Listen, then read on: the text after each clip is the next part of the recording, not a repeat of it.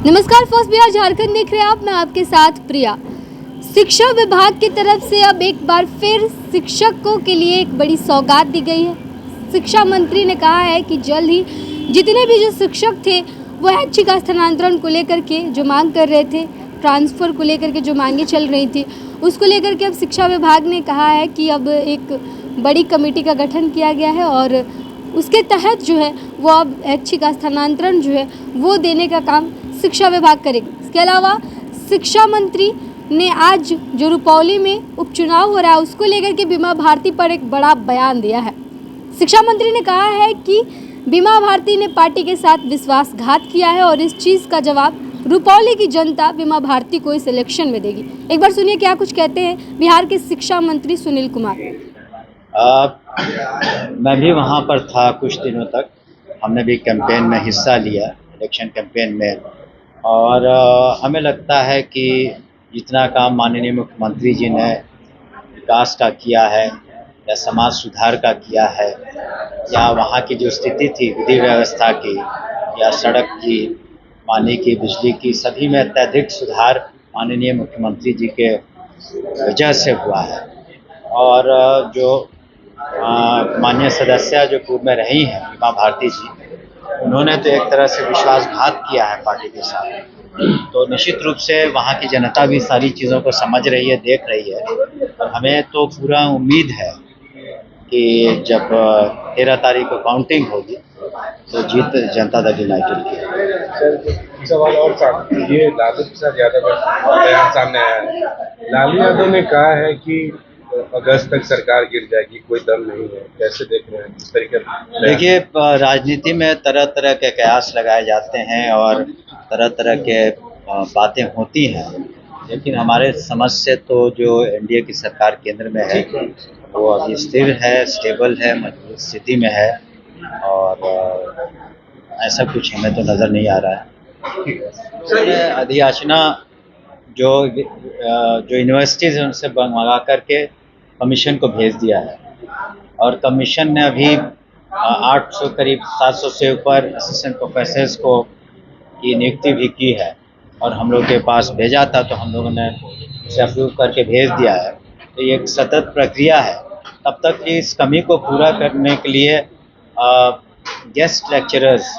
का प्रावधान किया गया था, यूनिवर्सिटीज़ में किया गया है कि जहाँ जिस विषय में लेक्चरर्स की कमी हो उन विषयों पर गेस्ट लेक्चरर्स रख सकते हैं। और जो कमीशन है वो लगातार इंटरव्यूज़ ले रहा है, और जो भी परीक्षाएं हैं वो अपने तो इंडिपेंडेंट है, ऑटोनमस है, लेकिन हम लोगों ने भी रिक्वेस्ट किया कि जल्द से जल्द जो भी वहाँ पर वैकेंसीज़ है यूनिवर्सिटीज़ में उसको पूरा करें, ताकि जो यूनिवर्सिटीज़ में पढ़ाई की जो भी है। और दूसरा साथ ही साथ अपने बैठक में सभी वाइस चांसलर से कहा भी है कि सेशंस टाइम पर सेशंस हो बिल्कुल टाइम पर करना है, और ताकि हमने ये भी अपनी बातें कही कि हमारे यूनिवर्सिटीज़ को एक सेंटर ऑफ एक्सीलेंस और स्टूडेंट सेंट्रिक पढ़ाई होनी चाहिए, और सेशंस टाइम पर होने चाहिए, ताकि यहाँ के छात्र छात्राओं का भविष्य उज्जवल है। इस वक्त अक्टूबर नवंबर 2023 में अब उन्हें नौकरी से निकाला जा रहा है, क्योंकि उनका जो प्रमाण पत्र है वो आधा अधूरा मिला है, और अधिकतम संख्या ऐसे लोगों की है जो उत्तर प्रदेश की है। सर क्या करना चाहिए? देखिए, उस वक्त जो हम लोग एक एक जिनको भी नियुक्ति पत्र दिया गया है और जो भी उन्होंने प्रमाण पत्र दिए हैं, तो शुरू में तो प्रमाण पत्र ओरिजिनल में नहीं दिए जाते हैं, तो हर प्रमाण पत्रों की हम लोग जांच कर रहे हैं।